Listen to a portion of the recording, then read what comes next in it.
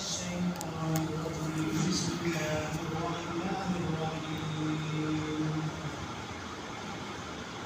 وقال الله تبارك وتعالى في القرآن المجيد والفرقان الحميد رب هب لي من الصالحين وبشرناه بغلام حليم فلما بلغ معه السعي قال يا بني إني أرى في المنام أني أذبحك فانظر ماذا ترى قال يا أبت افعل ما تؤمر ستجدني إن شاء الله من الصابرين صدق الله العظيم.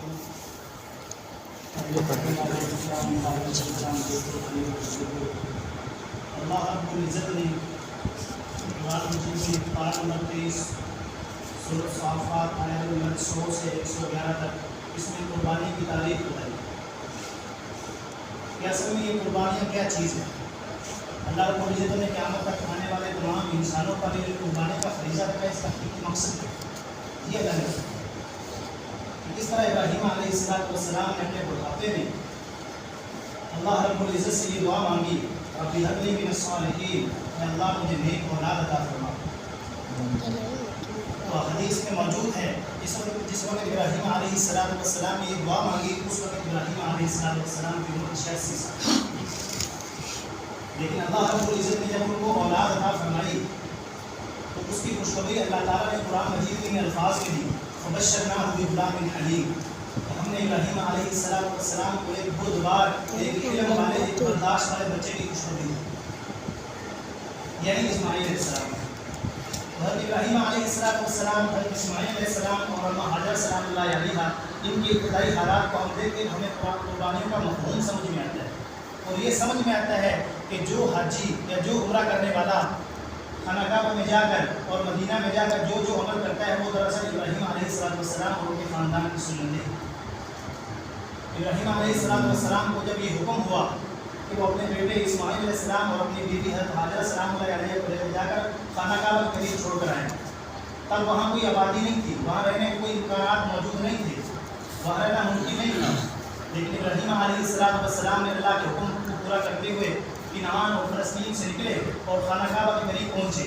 جب وہاں چھوڑ کر واپس آنے لگے اماں حاجرہ سلام اللہ علیہ نے پوچھا کہ کیا آپ ہمیں اللہ کے حکم سے یہاں چھوڑ کے جا رہے ہیں؟ تو بخاری شریف میں حدیث موجود ہے ابراہیم علیہ السلام نے فرمایا کہ ہاں میں آپ کو اللہ کے حکم سے چھوڑ کر جا رہا ہوں. اس وقت اماں حاجرہ سلام اللہ علیہ نے ایک جملہ فرمایا کہ اذن لا یضیعونا کہ آپ ہمیں چھوڑ کر جائیں اللہ ہمیں ضائع نہیں کرے, اللہ ہماری حفاظت کرے گا. ابراہیم علیہ السلام کو چھوڑ کر چلے گئے. جو ان کے پاس پانی اور کھجوریں تھی وہ ان کے پاس چھوڑ کے چلے گئے. لیکن جب وہ پانی اور کھجوریں ختم ہوتی ہیں تو حدیث میں موجود ہے عبداللہ بن عباس رضی اللہ عنہ سے روایت ہے کہ حضرت حاجرہ سلام علیہ پانی کی تلاش میں نکلتی ہیں. دودھ پیتا بچہ جب دودھ بھی نہیں ہے پانی بھی نہیں ہے تو پیاس کی شدت کی وجہ سے گڑیا مارتا ہے. حضرت اسماعیل علیہ السلام حضرت حاجرہ سلام علیہ وہاں سے نکلتی ہیں اور بھاگتی ہیں صفا پہاڑ پر چڑھتی ہیں, پانی تلاش کرتی ہیں پانی نہیں ملتا. پھر وہاں سے مروہ پہاڑ پر چڑھتی ہیں, پانی تلاش کرتی ہیں پانی نہیں ملتا. اس طرح وہ 7 چکر لگاتی ہیں اور دوڑتی رہتی ہیں. اللہ رب العزت کو ان کی ادا اتنی پسند آئی کہ اللہ تعالیٰ نے ان 2 پہاڑوں کے بارے میں قرآن مجید میں فرمایا ان الصفا والمروہ من شعائر اللہ کہ صفا اور مروہ اللہ کی نشانیوں میں سے ہے. من حج البیت او اعتمر فلا جناح علیہ ان یطوف بہما کہ جو کوئی تم میں سے حج کرے یا عمرہ کرے اس کے لیے ضروری ہے کہ وہ صفا اور مروہ کے درمیان 7 چکر لگائے. اسماعیل علیہ السلام کے لیے پانی تلاش کیا اس کی بات ہے. اللہ کو یہ ادا اتنی پسند ہے کہ اللہ تعالیٰ نے ہر حج کرنے والے پر یہ واجب قرار دیا. جب اسماعیل علیہ السلام کو پیاس لگتی ہے تو وہ ایڑی مارتے ہیں تو وہاں سے پانی نکلتا ہے. حاجرہ سلام اللہ علیہ وہاں آتی ہیں اور ریت اور مٹی کو چاروں طرف سے اکٹھی کرتی ہیں. اپنی عبرانی زبان کے اندر کہتی ہے کہ زمزم جس کا معنی ہے ٹھہر جانا, تو وہ پانی ٹھہر جاتا ہے. آج اس کو ہم آب زمزم کہتے ہیں اور وہی عبرانی زبان کا لفظ ہے. اللہ رب العزت نے اس آب زمزم کے اندر شفاعت رکھی.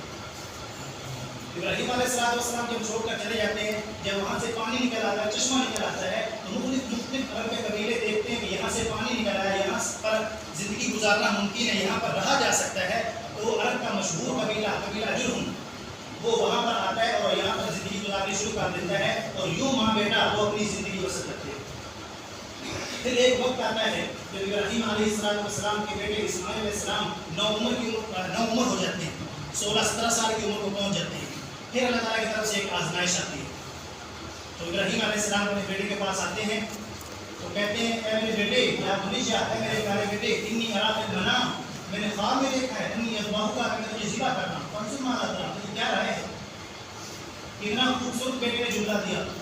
دیکھیے جب اولاد برداشت والی ہوتی ہے, جب اولاد نیک ہوتی ہے, جب اولاد والدین کی فرمانبردار ہوتی ہے, جب اولاد علم والی ہوتی ہے, پھر جواب بھی اتنا ہی خوبصورت ہوتا ہے. ابراہیم علیہ السلام نے فرمایا کہ میں تجھے ذبح کر رہا ہوں, میں خواب میں دیکھتا ہوں, کیونکہ انبیاء کا خواب وہی ہوتا ہے. تو اسماعیل علیہ السلام نے فرمایا یا بطی فعل معلوم میرے ابا جان جو اللہ نے آپ کو حکم دیا وہ آپ کا گزریے.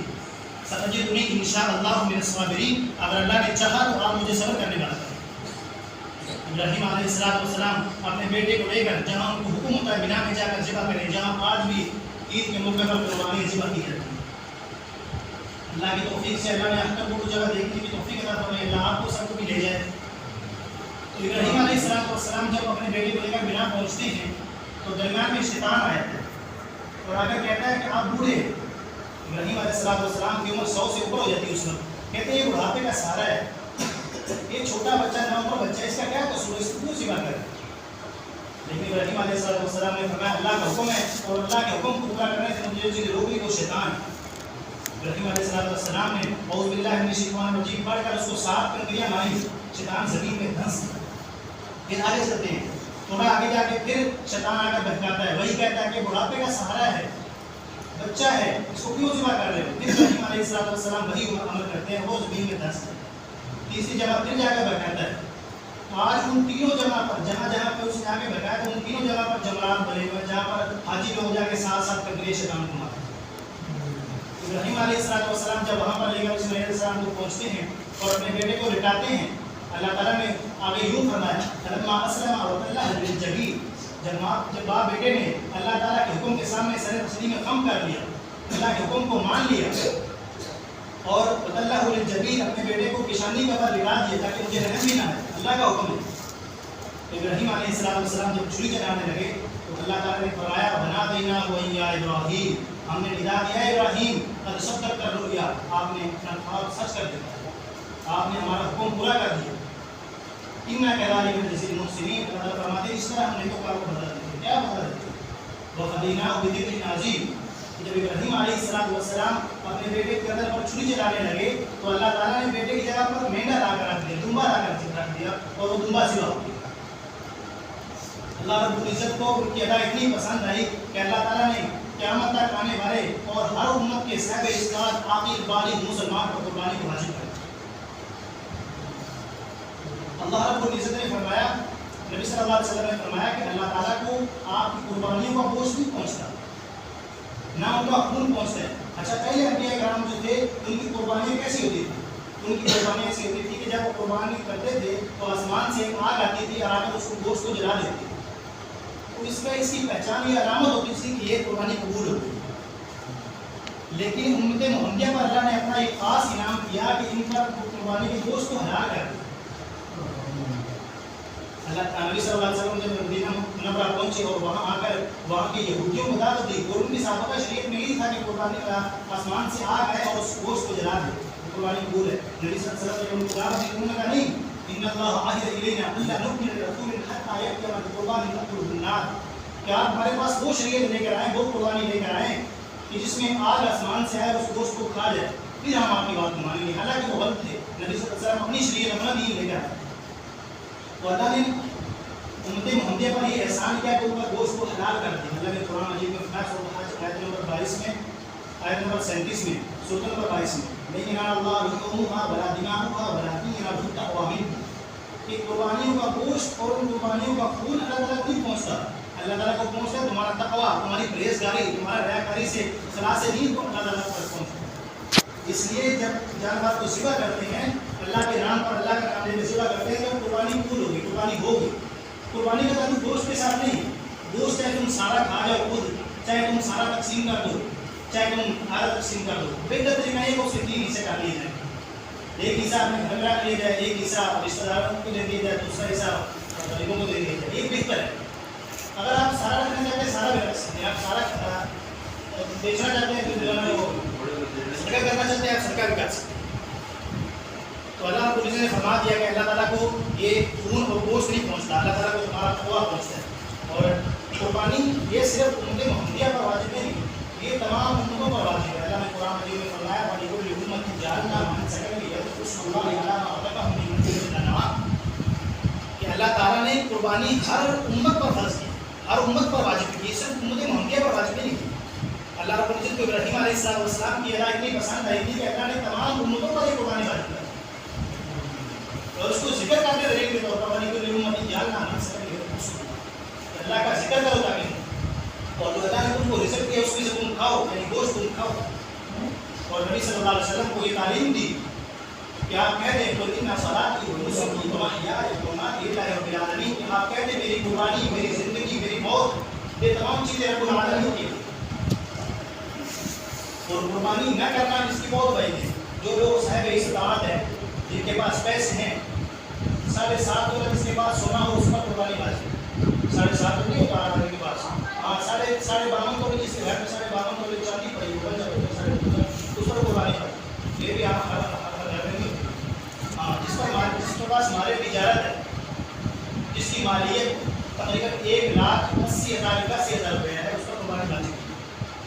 اس طرح جس کے پاس نقدی پیسے گھر میں پڑے ہوئے 1,80,000 اس پر قربانی واجب.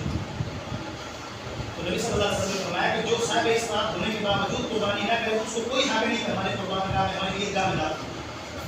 اتنی بڑی بڑی ہے. اور نبی صلی اللہ علیہ وسلم نے جب مکہ سے مدینہ کی ہجرت کی تو 10 سال آپ مدینہ میں قیام کیا. تو آپ نے کسی حساب سے قربانی کو چھوڑا نہیں، ہر سال قربانی کرتے ہیں.